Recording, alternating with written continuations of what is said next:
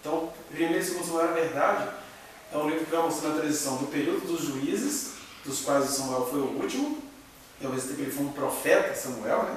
Além de ser juiz, ele era profeta. Samuel não foi um juiz como Sansão, não foi um juiz como... não era aquele homem de guerra, mas ele era um homem de revelações, de visões, e ele recebia a palavra de Deus, como os outros juízes não recebiam. Por isso que ele ficou ali a transição entre juiz e profeta. E aí depois, é na boca do profeta Samuel que Deus vai dizer: esse povo quer um rei. E aí eles têm o rei Saul, o primeiro Samuel é quase todo para mostrar isso, o desastre do rei Saul. E também, junto com o desastre do rei Saul, na contramão vinha a formação do rei Davi, né? Então, você tem esse conjunto aí no primeiro livro de Samuel. E no segundo livro de Samuel vai mostrando Davi como rei, com todas as suas glórias e catástrofes pessoais. E aí vem os livros dos reis que começam com o rei Salomão, digamos assim. Mas o interessante é você olhar o contexto do nascimento desse que foi o último juiz e ao mesmo tempo o primeiro profeta oficialmente falando de Israel, que foi o profeta Samuel, né? Porque ele estava num contexto onde cada contexto cultural e social tem a sua própria cegueira. E no caso aí o texto, eu até fiz questão de ler o capítulo 1, boa parte dele, para vocês verem como que a coisa era tida como normal, né? Você tinha um homem de bem chamado Eucana. O Eucana tinha 2 mulheres, ele tinha muitos filhos com uma mulher, e a mulher que ele amava era estéril. E no meio de toda essa limitação, onde a mulher era uma mera propriedade do homem, o cara podia ter mais de uma mulher, uma ele amava, na outra ele reproduzia, as mulheres ficavam brigando porque elas queriam dar filhos ao homem, né? Elas se sentiam honradas não necessariamente por ter filhos, elas se sentiam honradas porque elas deram filhos ao homem. Mas nesse contexto que nasce o profeta Samuel. Ele é fruto de um desespero de uma mulher que não podia dar filhos a um homem Eucana, e que acabava sendo vítima da rival, que ficava zombando dela. Então ela ia orar ao Senhor, e ela fez uma promessa também, quer dizer, você vai pegando os dados que acontecem. Você tem um homem com 2 mulheres, você tem 2 mulheres brigando entre si por causa de um homem, você tem uma mulher que quer ter filhos para ficar bem na fita com o homem, e quando ela quer ter esse filho para ficar bem com esse homem, ela, até de maneira sutilmente cultural, ela está pronta a oferecer ao Senhor. Prometo para o Senhor que se o Senhor me der um filho, eu vou lhe oferecer na sua casa. Aí a gente pode olhar para isso, gente, que situação feia aos nossos olhos culturais. Porque nós temos os nossos próprios percalços culturais, né? Nós temos a nossa própria pobreza cultural presente. De repente nós podemos gloriar que nós somos de uma sociedade monoteísta, mas Jesus falou assim: todos vocês são adúlteros, porque e naquele período que Jesus disse isso, era um período onde a mulher não tinha expressão, então eles não discutiam a sexualidade feminina. Por isso que Jesus, naquele contexto, chega para o homem e fala: qualquer que olhar para uma mulher com intenção impura no coração, já adulterou com ela. Que é uma tragédia o que a gente faz com essas palavras de Jesus. Porque o primeiro contexto ele estava dizendo aos homens, porque os homens é que tinham a voz ativa acerca dos seus desejos. Isso não quer dizer que a mulher não desejava. Só que o desejo da mulher ele era terrivelmente reprimido. Então Jesus não precisava promulgar nenhum castigo para a mulher que já era tão castigada pela cultura. A mulher tivesse um orgasmo por acidente, estava com Satanás no corpo. Eu vou divorciar dela porque ela está gemendo demais lá na cama. Então ela não se discutia a sexualidade feminina, porque a sexualidade feminina estava dentro de um pacote maior que era a percepção masculina. Como algumas até hoje querem ficar assim, né? Preferem ficar assim porque isso traz alguns confortos culturais. Então o pessoal no Facebook, né? Eu sou mulher conservadora. Eu sou a favor de que a mulher tem que ser submissa ao homem. Outro dia eu vi uma postagem nojenta de uma crente lá na minha timeline, que ela coloca assim: quem quer fazer a vontade de Deus, a mulher que quer fazer a vontade de Deus, a primeira coisa que ela faz é se submeter ao seu marido. que uma pessoa consegue pensar assim, né? E esses pensamentos eles são vomitados todos os dias em público na boca de pessoas que professam o nome do Senhor, né? É como se, além de Ana, Penina e Eucana ficarem nessa briga familiar, eles ainda fossem para a rua dizer que a vida é assim mesmo, né? E que Deus um dia deu um filho para Ana para ela poder passar na cara daquela mulher que ficava zombando dela, e agora ela é uma mulher honrada. Por que ela é uma mulher honrada? Ah, porque ela deu filhos a Eucana, que já tinha muitos outros. Aí Jesus vai disso, que qualquer homem que olhar para uma mulher, estava dizendo que o primeiro problema que a gente faz com essa palavra de Jesus é isso, que a gente coloca isso no homem, que já é para pegar um romantismo às avessas que a gente tem na sociedade. Homem trai, é uma mentira. Seres humanos traem, cada um com o seu próprio estilo, né? Até esses testes de fidelidade que aparecem aí, cada um trai ao seu estilo. O homem, de repente, ele tem uma tendência, não vou dizer que o homem faz assim, mas culturalmente ele veio fazendo assim. Então, a tendência de olhou, gostou. E até contra essa questão que o feminismo veio trabalhando. As pessoas acham absurdo as mulheres trabalharem com isso, mas na verdade elas trabalham no sentido correto. Que é o seguinte: você está na praia de topless, o cara te olhou, te desejou, mas você não está ali se oferecendo para ele. Você estava ali, como ele fica sem camisa, varrendo o terreiro dele de domingo à tarde. Aí ele fala assim: não, porque na lei está escrito que homem sem camisa não tem problema nenhum, mas mulher sem camisa é atentado ao pudor. Mas até essa lei tem que ser questionada. Por que a mulher sem camisa seria atentado ao pudor? Quer dizer, a gente não tem como mudar essas coisas, mas é legal você confrontar isso, pensar nisso. Talvez os nudistas ficam tentando acabar com isso. Porque no final das contas, se você for pensar culturalmente, é mais lascivo o sutiã de enchimento do que uma mulher nua, do que um ser humano nu. O ser humano nu não tem muita graça mesmo, não. O ser humano nu sem estar com o corpo retesado, né? É porque a gente só pensa assim: mulher nua é mulher preparada, aquela mulher que fica lá no quarto na intimidade. Então, a cultura já condiciona assim: você vê aquele homem nu com aquela barrigona para frente, aquilo ali não é mulher desejável. Embora exista hoje toda uma cultura, né, que o pessoal fica no Face colocando selfies, né, para mostrar as curvas masculinas de um homem, paf, e geralmente vai até as bordas da cueca. Então tem essas coisinhas assim, que é interessante, que quando o cara faz assim, aí todo mundo, epa, opa, todo mundo elogiando, homens e mulheres e tudo. Aí se a mulher faz assim, apareceu um pedacinho da barriga dela, aí já começam os recadinhos que ela é piriguete, que ela é isso, que ela é aquilo. E a questão não é se libera ou se prende isso, a questão é por que a reação contra elas é sempre essa reação pesada, moralizada, né? É isso que a gente é convidado a pensar. Eu concordo com esse convite ao pensamento do movimento feminista, digamos assim. Mas aí Jesus estava dizendo que não é que o homem trai a mulher, é que os seres humanos traem. E aí o homem vem com essa desculpa cultural de que olhou, levou, e a mulher, se o cara chegar e ficar rodeando ela, no geral, porque hoje em dia as mulheres estão assumindo mais que levou, gostou. Ou melhor, gostou, levou, né? Elas estão abordando mais. Ela pensa, invertendo os valores. Não, os seres humanos, uns seduzem na hora e levam na hora, outros gostam de ser seduzidos na hora, outros gostam de que a coisa seja mais demorada, e isso independente de ser homem ou de ser mulher. Não tem nenhuma característica dessa decodificada no código genético humano, não. Você pode, no máximo, recorrer a questões da natureza, que na verdade é uma coisa irônica para os crentes, porque crente detesta que você fale das questões naturais e detesta a teoria da evolução. Mas para justificar os seus pecados, eles são os grandes evolucionistas. Outro dia eu vi um crente, na verdade ele é um judeu, né, de religião judaica, o Mr. Catra.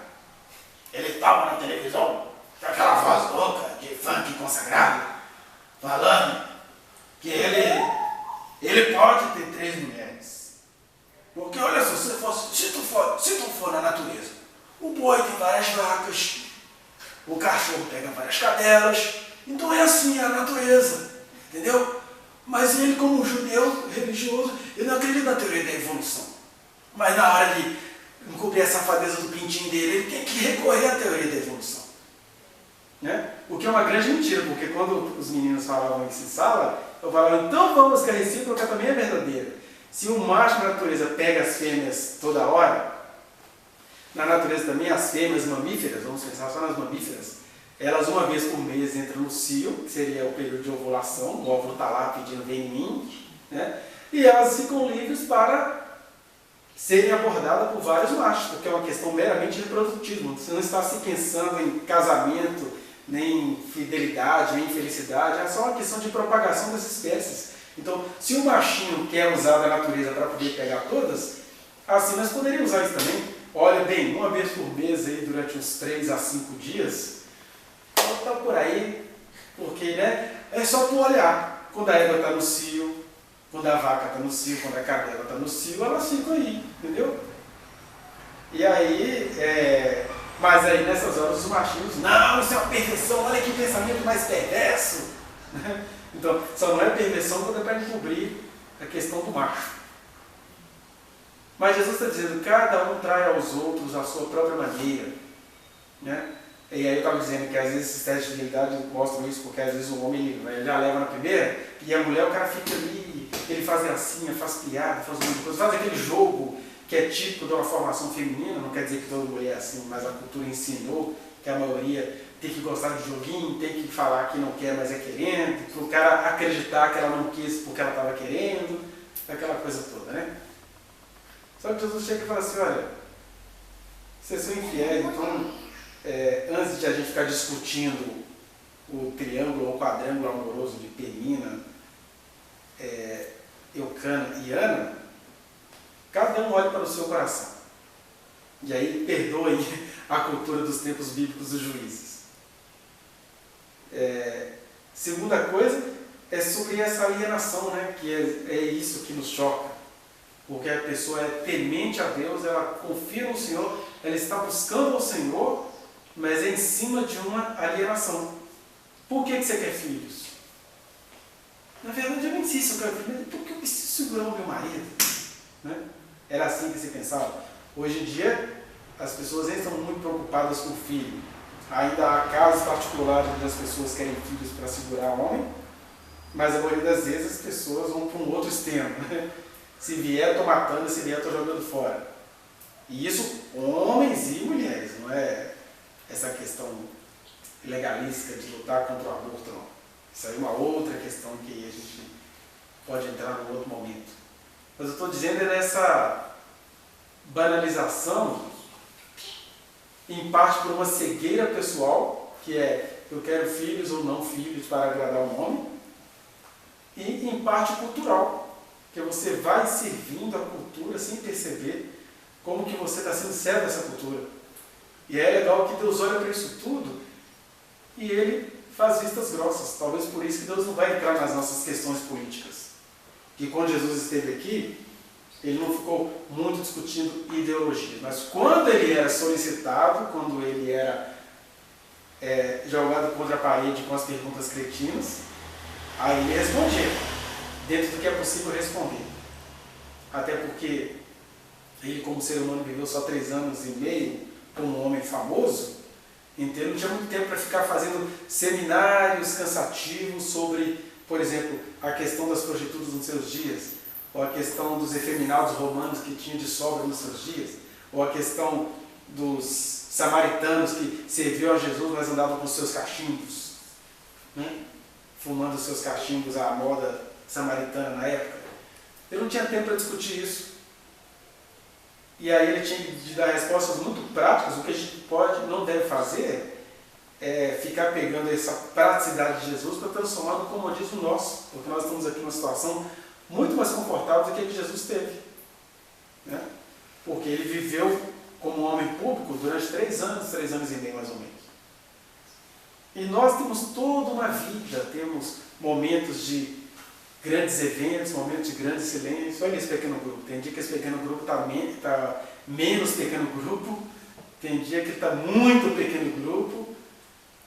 E aí você vai tendo tempo para essas variações, né, no sentido público de exercer a pregação do Evangelho. E aí, nesse sentido, é que Jesus nos convida a ter um coração compassivo, como Ele teve em pessoa, e como Deus tem por toda a eternidade. Porque Deus não desceu lá nos dias de Ana e foi discutir com ela se ela era mulher alienada. Ele atendeu a Ana. Porque uma coisa que a gente precisa aprender sempre é, se eu não posso compreender por que Deus fala ou Deus se cala acerca de determinadas coisas humanas, uma coisa eu sei de mim para lá. De lá para cá eu não sei muita coisa não, mas de mim para lá, eu sei que mesmo em meio às minhas cegueiras, às minhas ignorâncias, eu posso me derramar diante dele. Porque ele é fiel em atender o clamor. Ele é fiel em atender aquele que pede. Né? Ele é fiel e ele diz para o povo, olha, aquele que me buscar vai ser ouvido.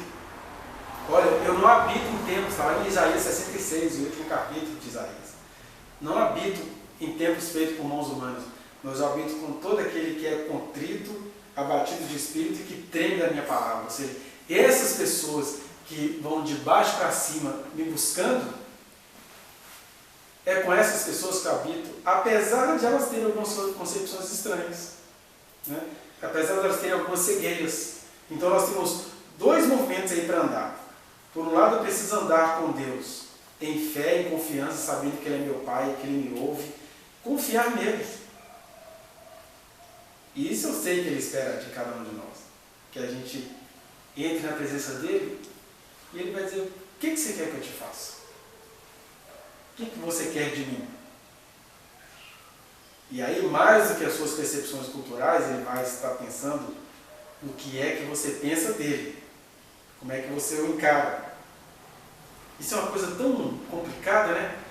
Porque você teve uma Ana que tinha essa percepção e pediu a Deus um filho para calar a boca da inimiga, para sambar na cara das inimigas.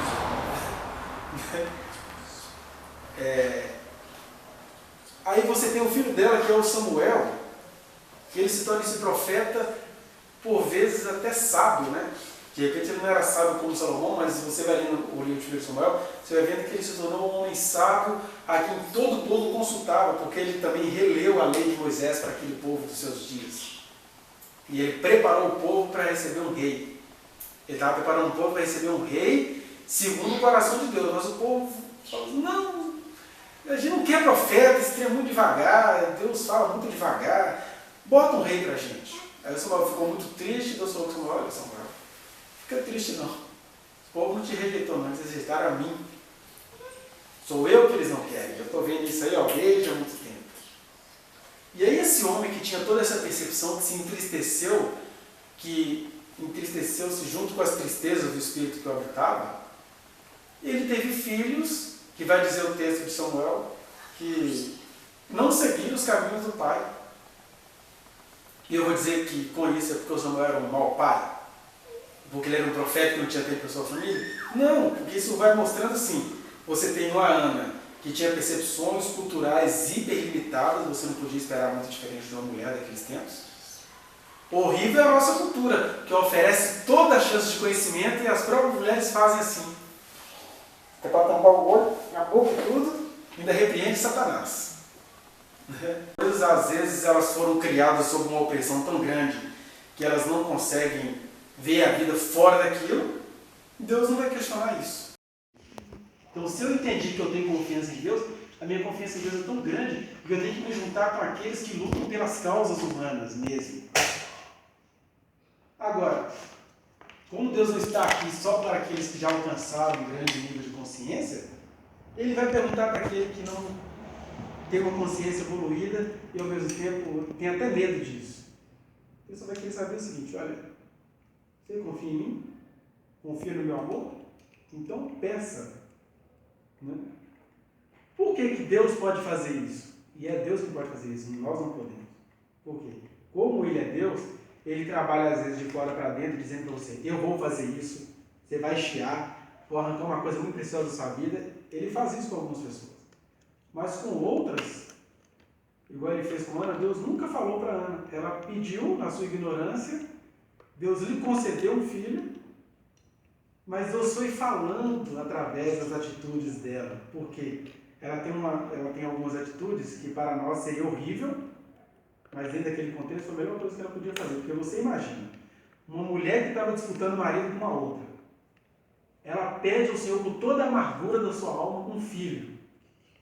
E na verdade, psicologicamente falando, ela não estava querendo aquele filho, ela estava querendo calar a boca da Locreia.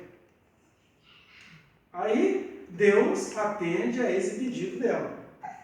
A Bíblia fala que nós não sabemos orar como convém, mas também fala que o Espírito geme por nós, intercede por nós com gemidos inexprimíveis. Por quê?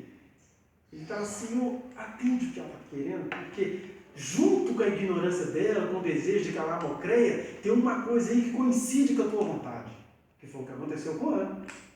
Na sua ignorância, querendo calar a boca da mocreia, que era assim que a Penina era vista com ela, Penina na língua portuguesa, até um nome sugestivo, Penina era uma penina, seria um pênis feminino na alma dela, uma penina, ela queria puxar a penina.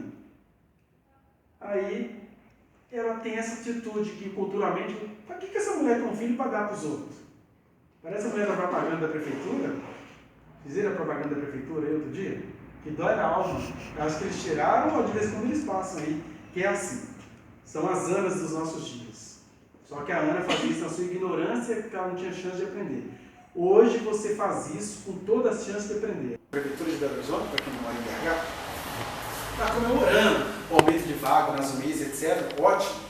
Ali está dando show, pelo menos na propaganda. Pode ser que lá na prática deve ter professoras cuidando de 24 crianças de 2 anos de idade, que é um crime pedagógico.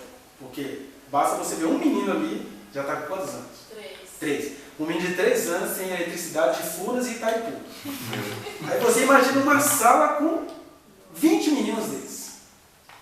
Aí eu coloquei lá o prefeito que se vira, eu quero trabalhar, mas é impossível você ter uma atenção exclusiva com 24 crianças. Então, na verdade, você tinha que ter muitas vagas, e muitas vagas tanto de crianças quanto de cuidadoras, que aí seria um serviço de qualidade. Mas como a própria sociedade é ignorante, se você não cuidar direito, aí ainda tem essa coisa, né? O que acontecer de errado vai cair na cuidadora, na verdade é todo um sistema opressor.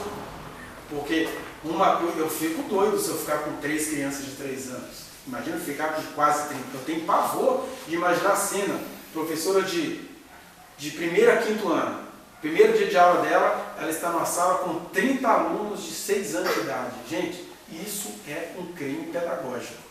Mas os pais acham, nossa, essa escola é boa, está cheia. A professora sabe mandar. A professora está mandando de apavorada que ela está. Ela não pode perder o controle sobre aquilo.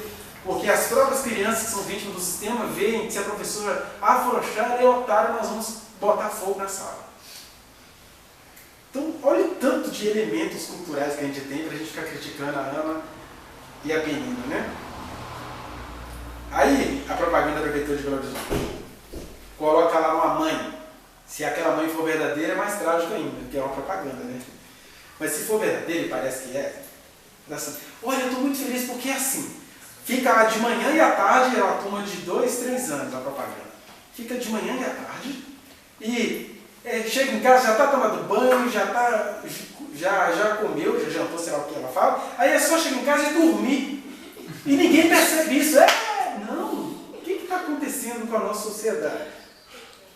Aí agora eu posso falar com a autoridade que teve 3 filhos e não tinha dinheiro na época.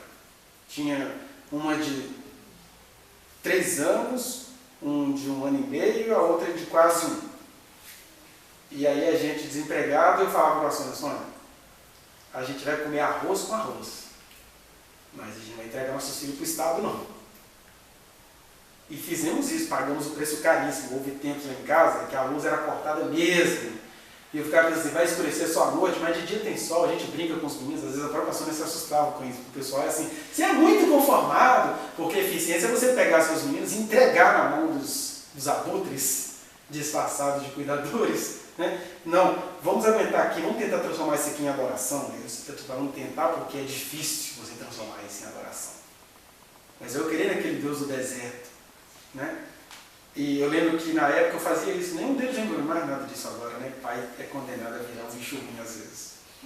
Mas eu pobre, não conseguia emprego, estava vivendo uma época horrível. E isso era antes do governo Lula, tá, gente? Então, até dando um tom político, sem querer defender o Lula, estou dizendo dessas medidas sociais que foram tomadas, apesar das corrupções que sempre houve, né? E aí, você tem 3 filhos, o que eu vou fazer? O que eu vou fazer? O emprego não vai chegar. Eu tenho 3 meninos, o que eu vou fazer? Colocava um na garupa da bicicleta, o outro na cadeirinha, e a mais nova ficava com a mãe, e eu ia sair com os dois. Aí era ruim, porque o pessoal que vinha, por que esse cara fica com esse menino andando com eles o dia inteiro de bicicleta? Então é assim, se você se aproxima é porque você está à toa. Se você não se aproxima, você é um pai seco, um pai ausente, e você também é competente. E você vê que às vezes os próprios filhos têm essa coisa que a sociedade coloca neles. Um dos meus preços foi esse, porque de um lado eu tinha paz para poder fazer isso, na minha casa, no meu núcleo familiar, mas você tinha vozes, né?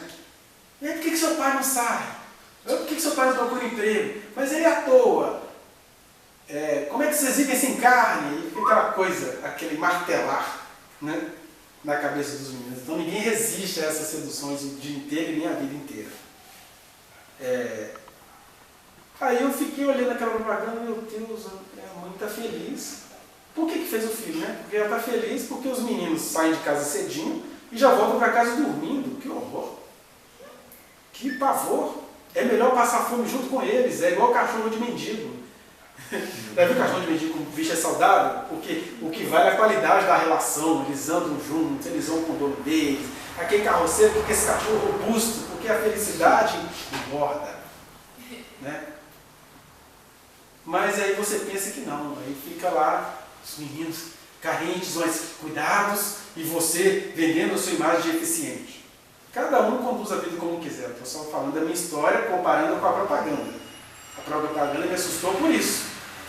Porque alguém vai, fala alguma coisa, você nunca passou por isso? Passei. Passei, e exatamente desse jeito que eu estou falando para vocês. E paguei moralmente por isso e não me arrependo. Ninguém morreu. Outro dia alguém na minha família falou assim, eu falava com o pessoal aí que seu menino ia traficar, ia virar, sua família está toda destruída. Não, nós temos problemas familiares, toda família tem. Problemas de impressões, de mal entendidos, de um monte de coisa, temos. Agora, é engraçado a pessoa achar que os filhos iam virar traficantes, porque eles entendiam que aquelas crianças, que aos olhos deles passavam fome, porque eles não passavam fome. Quem tinha que passar fome era ele e a Sônia, eles não. Né? Mas aos olhos deles iam ficar perdidos, porque tudo tem seu tempo determinado. Então houve o tempo que eu ficava com eles, e houve o tempo em que eu fiquei ausente da vida deles, que eu estava batalhando muito em umas coisas que eu tinha que fazer na igreja. Eu tinha que ficar fora, aconselhando até tarde, aquela coisa toda, gerando nisso também 1 milhão de mal entendidos. Porque aí agora, esse cara não tem casa não? Mas quando o cara estava em casa com os meninos, ele era à toa. Agora ele não tem casa. Tinha todas essas coisas que o mal entendido parece que é a marca daqueles que resolvem assumir a vida que Jesus quer que a gente assuma. Por isso que Jesus varia na forma dele, desde o Salvador do mundo até um pegador de samaritanas. Né? E é assim sempre. E você tem que aprender a andar com isso. Mas aí a nossa sociedade adota essa filosofia de que o importante é que saiu de casa cedo e agora chegou para dormir. E eu tinha ouvido no ano passado, na escola que tem no ano passado, a diretora falou comigo assim, Alex, eu estou impressionado porque a quantidade de mães está ligando aqui, por que vocês não têm um projeto 24 horas? Porque os filhos estão ficando lá na escola, que é uma escola de ensino médio, que fez uma parceria com a prefeitura para ficar com os filhos de algumas famílias lá. Mas eles querem que a escola fique com os meninos 24 horas. E naquelas carteiras, Alex, que eles falam comigo, naquelas carteiras, eles não querem nem saber. Tem uns projetos aqui perto que eu digo, meu Deus, se você é mãe e pai e tem coração e vê onde é que seu filho fica, não, só quero que ele tenha só as aulas aqui mesmo. Não quero que ele fique mais em nenhum lugar, não. O melhor lugar para ele é dormir no chão comigo, sem problema. Né? Mas até isso é visto como maldade. Agora, deixar lá o dia inteiro e pegar só para dormir, não. É a bondade, a eficiência do sistema. Né? E aqui eu não estou nem falando mal do prefeito, falando mal dessa mãe, caso ela tenha essa percepção. E de quem pensa assim. Né? Agora, cada um tem sua realidade, cada um sabe o que pedir a Deus. E aí, Jesus chega e diz, olha, peça que você será contemplado. Pedir não é questão de pedir, tópico, não me dá isso, me dá aquilo. Pedir no sentido de compartilhar com ele as suas necessidades. É aquilo que o Pedro falou, lançando sobre ele toda a vossa ansiedade. É dizer, puxa meu Deus, ele está desempregado. Sei o que eu vou fazer, porque eu fazia essas orações. Né? Questionava, puxa Senhor, eu merecia estar numa sala de aula, eu conheço um fulano de tão safado, tão trambiqueiro, Ano passado, por exemplo, eu trabalhei numa escola onde o professor de física lá, ele assinou o contrato até 31 de dezembro. Ele não ia dar aula, mas dava recuperação. Já todo mundo desesperado. Mas ele era safadinho, ele falava, não, bota 300 aí pra mim. Né? Ele tinha essas morais, aí esse cara de repente ele já está dando aula esse ano. Aí de vez em quando você está lançando diante da sociedade, você lembra disso. Não é desejo de vingança, não é desejo de... O safado está lá com o contrato dele. Eu não quero que o senhor tire dele para dar para mim, porque eu não sou professor de física, mas se eu quiser me arrumar uma vaguinha de sociologia, eu topo, porque nós é top. Né? Não sou melhor que ser humano nenhum não, mas a gente está aí para despertar a consciência. Pedir nesse sentido, é você compartilhar com ele isso, se queixar com ele acerca disso, é dizer para ele isso, porque você tem de dar importância a essas coisas. E a Ana pediu e deu importância a isso. Aí eu estava dizendo que se por um lado o pedido dela era fruto cultural, por outro lado tinha uma providência divina, porque que loucura é essa de pedir um filho para fazer igual a mãe da creche lá, pedir um filho para doar, porque ela já pediu um filho fazendo uma promessa, se eu me dar um filho, eu calo a boca da mocré e dedico ele no templo. Ela não disse essas palavras, mas a ideia era essa. Calei a boca da penina, eu já dedico ele para o templo. E ele nunca mais vai passar navalha na sua cabeça. Essa parte os meninos de hoje gostariam. Ficou um menino grandão, do cabelinho grandão. Né? Mas olha que interessante, Deus tinha um propósito nisso. Porque se você for olhar os meandros psicológicos e culturais, primeiro o Samuel representava para Ana um grande desejo da vida dela. Porque primeiro era o desejo de calar a boca de uma concorrente, depois, nossa, Deus me deu um menino bonito. Mas aí ela, sem perceber, fez um pacto, porque o espírito geme em nós com gemidos inexprimíveis, ele faz ela fazer esse pacto. Ela vai ter esse filho, mas antes que esse filho se transforme na doença dela, no filhinho da mamãe, naquele mica que eu falei para vocês há uns domingos atrás, eu faço ela dedicar para mim um tempo, e ele vai ser a grande figura de Israel. Talvez depois de Moisés, o Samuel é a grande figura em Israel até hoje. Né? Um segundo Moisés. E aí, ela dedicou, tá vendo? Como é que, quando a gente pede a Deus com as nossas limitações, Ele ainda assim intercede por nós. Igual que eu estava brincando, e eu falo isso com Deus em particular mesmo, dele me dar uma vaguinha para ser professor, mas de repente ele sabe que no meio do que eu estou falando tem uma grande besteira. E aí ele vai ouvir, vai consolar, e etc. Mas ele não vai me dar o que eu estou pedindo, porque pode ser que eu esteja pedindo um grande suicídio.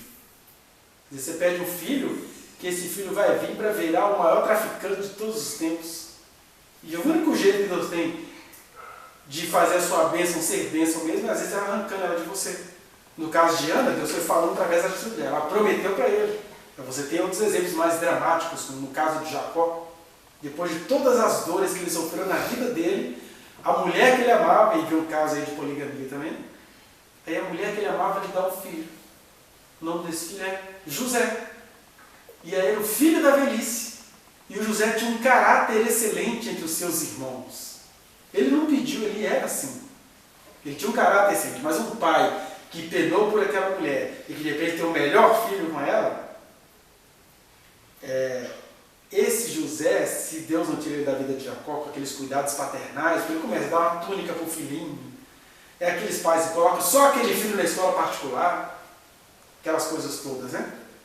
E aí, o que Deus faz com o Jacó? Arranca o menino da vida dele. Porque o menino tinha um caráter excelente, ele ia ser quem ele ia ser, aonde ele tivesse de ser. E o Jacó teve que experimentar mais umas dores, mas talvez a dor que ele experimentaria seria outra. José poderia virar uma Josefa, um papai dando tudo para ele. E vai uma Josefinha cheia de frescura, papai cuidou de mim, né? Ele ia bancar a egípcia mesmo. Falando no pior sentido, não do travestismo, mas daquela pessoa que propaga no seu travestismo todo o seu mau caráter. Félix Bichamar de se transformar. José poderia virar um Félix Bichamar. Né? Que não sei se vocês assistiram a novela na época, mas todo mundo assistiu escondido, porque os clientes ficaram incomodados com o Félix. Então José ia virar um Félix sem ser transformado. E aí, Deus, para livrá-lo disso, leva ele para o Egito e ele vira José mesmo, um restaurador de toda uma história familiar de mentiras e de todo um povo que ainda viria pela frente. Então Deus faz isso. Às vezes Ele fala com a gente de fora para dentro, como Ele falou com Isaías: vai ter que a profetiza, coloca tais nomes no teu filho. E Ele falou com Oséias: coloca o nome dos seus filhos de coisas escandalosas. Mas com Jacó Ele foi falando através do filho dele, e em Ana Ele falou com ela através do ato deslocado dela. Isso tudo são os caminhos e os meandros e os cânones, né? E os mistérios da floresta e da graça de Deus. Muita coisa com aparência de perigo, de desventura, na verdade, tudo termina bem, maravilhosamente bem. E aí, olha só como é que Deus atendeu o pedido da Ana. Porque além dela ter feito esse ato deslocado, valeu a pena. Ela doou o menino para o templo, no caso ainda era o tabernáculo. Deus começa a falar com esse menino, aquela história que todas as crianças conhecem, né? Samuel. Deus vai falando com ele. E aí, antes que a Ana começasse a ficar com saudosismo, diz o versículo que a gente acabou de ler, que ela teve outros filhos e filhas. Então ela não teve nem tempo direito para sentir saudade do Samuel. Olha como é que é legal você andar com esse Deus, porque até quando você vai fazendo as suas besteiras, Ele te acode. Então, melhor do que a gente ficar julgando a Ana pelo que ela fez, nós temos aqui duas questões a pensar para a gente encerrar por hoje esse pensamento que a gente poderia levar a noite afora. Primeiro, que Deus está disposto a nos acudir mesmo nos nossos pedidos mais loucos, que Ele não está olhando a loucura do nosso pedido, Ele está olhando o nível de confiança que a gente tem nele. E é claro que a nossa fé ela vem seguida do nosso entendimento. Por isso que não adianta ter apenas devoção ao Senhor. Quem é devoto a Deus vai querer desenvolver isso. Porque quem é devoto de joguinho? Os homens aqui gostam de joguinhos, eu tenho mulheres aqui também que pensam nisso. Né? Tem gente que é fissurada em jogos, né? A gente está ouvindo aí ontem um casal com problemas por causa de jogo. Nós temos aqui colegas nossos que o casamento acabou por causa do jogo. Mas é interessante que essas pessoas que se dedicam ao jogo, elas se informam. Os caras começam a entender de cultura grega, de expressões greco-latinas, de expressões egípcias, aqui, tanto de coisa, porque é uma diversão, mas ele está se informando para se divertir. E aí, você gosta de algum esporte, você começa a entender os ídolos, quem é quem, qual é o time que está na primeira, na segunda, na 14ª divisão. Você gosta de tudo quanto é coisa e em todas essas coisas você se lapida. Às vezes obrigatoriamente, mas a maioria das vezes espontaneamente. E aí você diz que confia em Deus e você acha que confia em Deus é só isso. É abrir a boca e cantar. Essa é a parte devocional da sua confiança em Deus. Da sua confiança em Deus vai exigir que você estude a Bíblia, estude de maneira devocional, ou estude de maneira histórica, estude de maneira cultural, estude de maneira aplicada. Por exemplo, estudo que eu estou falando aqui. Quem realmente confia em Deus, mas está com a vida implicada na sua realidade, lê esse texto, continua confiando em Deus com todo o seu entendimento, mas vai para a rua lutar a favor das questões que nós temos que lutar hoje. Porque o mundo está caminhando para a própria maldição, mas eu tenho de ser uma semente profética nesse mundo que caminha em meio à maldição. Que caminha para a própria maldição. Né? Porque se as coisas nas quais eu creio brotar em um coraçãozinho, como eu vejo ela brotando, aí eu ganhei. Ganhei a vida. No nível social, no nível coletivo, é uma coisa, às vezes, é uma utopia, né?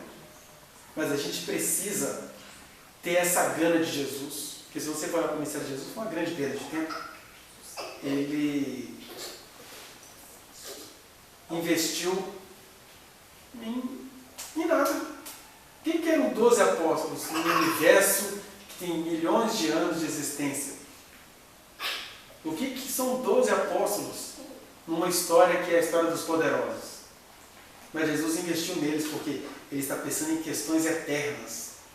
E nós, por exemplo, estamos aqui por causa do que Jesus fez e sobretudo por causa do que o Espírito fez através deles que chegou até nós. Então, é Deus sempre te convidando a olhar não para o que você vê, mas para a coisa que é real, a verdade que transplanta ou transcende a aparência e a realidade imediata. Ana fez isso sem perceber, e nós temos a chance de fazer isso percebendo, ou pelo menos entendendo essa eternidade. Então, você compreender a história de Ana não deveria te desanimar de lutar. E segundo, a sua devoção a Deus ela tem de ser devoção dinâmica, de devoção ampla. Você tem que se entender, tem que se inteirar da sua realidade. Tem que parar com essa fé filosófica que a gente tem fabricado para nós mesmos, né? Como assim? Você vai para aquela fé safadinha. Outro dia eu vi um pastor pregando numa igreja sobre a viúva, a mulher que estava pedindo ao juiz injusto. Lá em Lucas 18, se não me engano, tem essa passagem. Aí o cara pegou essa passagem, era um diretor de seminário famoso aqui de Belo Horizonte. Aí ele pegou essa palavrinha meia boca, porque na boca dele ficou meia boca, ou caso uma boca de jacaré, porque ele chega e fala assim, olha, você tem que insistir com Deus, tem que bater, tem que encher a paciência. Quando o texto foi escrito exatamente a moção ao contrário. Gente, Deus não é Deus duro como um juiz. Se o juiz mal atendeu a mulher, quanto mais Deus que não é mal contra o juiz. A mensagem era exatamente o contrário. Ele estava dizendo que não. Deus era tratado na base da insistência da encheção de saco. Né? Aí você cria uma geração de pessoas que se revoltam contra Deus. Porque se Deus é tão mau que se eu não souber a maneira correta de falar com ele, esse safado não vai me atender. Mas eu vou aprontar aqui que ele não tem como se desviar de mim. É assim que alguns crentes pensam sobre Deus, embora eles não falem assim. Mas quando você tem pavor de Deus, você está dizendo com os seus sentimentos que ele é um grande safado que não merece a sua credibilidade. Por isso que eu não acredito não, eu insisto. Porque quem insiste não acredita. Por outro lado, para não virar um insistente incrédulo, a gente vai para o indiferente filosófico. Não está na Bíblia que ele sabe de todas as nossas necessidades? Então o que eu tenho que pedir? Já receberam essas perguntas assim, em página de discussão? Para que eu preciso orar se Deus sabe de todas as coisas? Ele não sabe de tudo, por que eu tenho que apresentar diante dele as minhas necessidades? E aí Deus não está nem aí para a sua concepção filosófica e nem para a sua concepção pragmática do mal. Ele está perguntando o seguinte, o que queres que eu te faça? Porque quem confia em Deus não vai cobrar dele como se ele fosse um juiz iníquo, mas também não vai ficar indiferente a ele, porque quem gosta não fica indiferente. Vou nem falar de amores aqui não, vamos pensar em amizades, em gente com quem você se empolga. Que só de passar aqui seu coração já, nossa, esse cara é o modelo dessa situação. Se você é assim com esse cara tão finito quanto você, por que agora esse papo filosófico, Deus sabe de todas as minhas necessidades, eu fico orando? Eu não oro por causa disso. Orar já é existir. É verdade, orar já é existir. E existir é orar. Existir é você falar, meu Deus, eu creio no Senhor. E eu preciso do teu poder para aguentar isso que a Natália falou aqui no culto hoje. Eu preciso, não só da presença dele, mas do poder dele para calar a boca de uns caras chatos. Não é por causa dele não, é por causa desse cara que é chato. Só vai entender a linguagem do sinal. Uns entendem do sinal do Eliseu. Sobe, careca! Elas gostam do careca! O Eliseu, naquele momento, sobe, ele não vivia fazendo isso. Naquele momento, nem lembro direito o que ele disse, que duas ursas saíram do mato e acabou com a festa dos playboys. Mas isso foi uma situação específica daquele momento.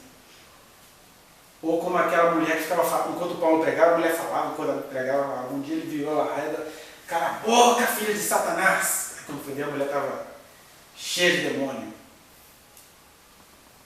Ou às vezes, né, isso acontece muito com os religiosos, e quando os religiosos são nossos parentes, acontece mais ainda, quando eles falam tudo que eles querem, você fica, tu dizes. Você falou, não, você falou. E fica quieto. E deixa o cara seguir na sua loucura. Agora, indiferente ninguém fica. Então, nessa questão de que Deus sabe de tudo que eu necessito. Ele até sabe de tudo que eu necessito. Agora, eu sei. Eu não sei. E aqui que eu tenho que recorrer naquilo que eu não sei? É a Ele. Né? Até porque a realidade não é tão assim localizada. Deus sabe do que eu necessito, eu não sei. Não é assim. Às vezes eu, na minha fala, vou criando o que eu necessito. Está vendo? Até mais filosófico do que a filosofia pobre consegue suportar. Deus está olhando o tempo dele que a gente vai criando realidades com a nossa palavra, com a nossa necessidade, com a nossa não necessidade, com a nossa negação. Você vai criando realidades. É o tempo todo assim. E aqui eu não estou falando de bruxaria, não, estou falando de sutilezas da existência. Foi por isso que Jesus falou assim, a boca fala porque está cheio do coração. Não está dizendo que é poder de palavra que a igreja ensina, não. De, irmão, eu estou fraco hoje. Estou falando do poder dessa palavra, que pode ter poderes individuais. Mas não é dessa pobreza que ele está falando. Pobreza teórica. Estou falando de uma outra coisa. Quando ele fala que a boca fala porque está cheio do coração, quando eu estou dizendo assim, olha, eu não peço nada a Deus não, porque ele já sabe o que eu preciso. Eu estou achando que eu estou dizendo isso, né? Mas o que eu estou dizendo é, bicho, Deus está ali, confio nele. Tanto quanto meu filho, eu insisto mesmo, eu oro toda hora, eu peço a Deus toda hora. Eu estou dizendo também que eu não confio em Deus com o que eu estou fazendo. Porque quem confia não enche o saco, mas quem confia não se ausenta. Quem confia não faz campanha. Agora, quem confia também, não deixa de buscar. Ou faz campanhas interiores, né? Porque qualquer campanha que eu fizer tem que ser campanha contra mim, não é campanha para convencer Deus de nada. Campanhas contra mim é essas que a gente não gosta de fazer. Que é ler a Bíblia todo dia. Eu e a Sônia, a gente está padecendo ali com o livro de Levítico. É penoso. Penoso. Não aguento mais o boi sendo oferecido aroma agradável ao Senhor. E você tem que ler isso, fazendo os processos culturais daquela gente do deserto, e acreditava que aquele aroma de sangue de boi era agradável a Deus. E que Deus recebia aquela adoração de que acreditava que aquilo era agradável a Ele. Porque toda hora o texto diz que é aroma agradável ao Senhor. Aí você, para não ler isso todo dia, não vou ler isso não. Aí Deus está assim, mas você nasceu precisamente para isso. Para isso. Mas para quê? Ué, é verdade, para quê? Para que fabricar cera? Para que expandir empresa? A vida não tem sentido se você for olhar. Para que viver? Ficar rodando esse pozinho desse jeito. Para que um monte de bolinha rodando através de outra bolinha? Os suicidas têm esses raciocínios. A vida não tem sentido. E a princípio a vida realmente não tem sentido, porque alguém fala assim, o sentido é amar. Mas para que amar? Não tem resposta. O sentido é você ir se relacionando com esse que se revelou a você. Aquele não se revelou e que vai suicidar nessa ignorância, ele sabe o que vai fazer. Agora você que ele se revelou, vai se matar porque quer. Porque a resposta você vai tendo na mesma medida que você vai respondendo ao que ele falou com Abraão. Abraão, quer saber o sentido? Quer saber a perfeição? Anda na minha presença e ser perfeito. Aí a gente já faz igual Silas Malafaia. O segredo para você ser perfeito. 7 segredos que é um só. Anda na minha presença. Mas não era disso que eu estava falando nesse raciocínio Malafaia? Anda na minha presença e ser perfeito significa outra coisa. Você vai sendo perfeito na medida que você vai andando na minha presença. E esse é um movimento eterno. Parou o movimento, você vai encontrar imperfeições e loucuras. Agora, enquanto você está andando na minha presença, você vai sendo perfeito. Então, você não vai sendo um homem de movimentos programados. A perfeição é andar comigo. É esse absurdo de esse ser tão ignorante quanto Ana, ou quanto a mãe da propaganda da prefeitura, andar com Deus. Ou quanto Deltan Dallagnol, que ali tem grandes perfeições evangelásticas. Eu sou o Daniel do século XXI, ele fez essa declaração outro dia. Ele é o Daniel do século XXI para arrumar essa bagunça do PT. Mas de repente ele é um cara temente a Deus na intimidade, Deus está ouvindo as orações dele, por mais absurdo que os nossos ouvidos possam achar. Porque a perfeição não é ficar quadradinho como o Daniel, apontando todas as setas para o barbudo. A perfeição é você ir se perguntando e ir se reparando diante de Deus todos os dias. Porque se ele fizer isso, um dia ele vai olhar para trás, ai, eu tenho vergonha do Deltan que eu era. Deltan Detran. Eu tenho vergonha do meu passado recente. Eu pensava muitas coisas sobre muitas pessoas de maneira muito moralística. Eu estava na casa de um amigo ontem e ele falando algumas coisas assim, queremos estudos, olha, muita coisa ali mudou. Mas mudou, porque eu era muito legalista ali, só que eu era cego, eu achava que eu estava certo no que eu estava falando. Né? Ele estava tão equivocado, ele estava tão carecente de amor e de compreensão de Deus, estava tão enganoso. Essa é a perfeição para a qual Deus nos chamou. Sejamos nós a Ana contra a Penina, mas nem por isso ela deixou de ser mulher do Senhor naquele contexto.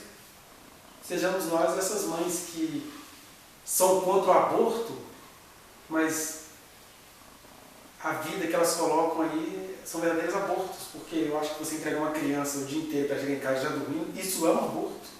Essa criança saca, essa mãe que liga para a escola e diz, vocês não têm 24 horas aí não? A criança sente que a mãe não gosta dela. Não da mãe porque é mãe que ligou, mas os pais, os meninos sentem isso, por isso que eles se entregam ao traficante mesmo. Né? Não quer dizer que é uma coisa linear, todo filho que se entrega ao traficante é porque não teve amor em casa. Tem filhos que são muito amados em casa e eles vão se entregar ao traficante porque ser humano é ser humano. Mas a gente precisa buscar o Senhor que vai nos convencendo dos nossos veneninhos de cada dia. Que a gente possa aprender isso, então, integrar as nossas vidas a Ele.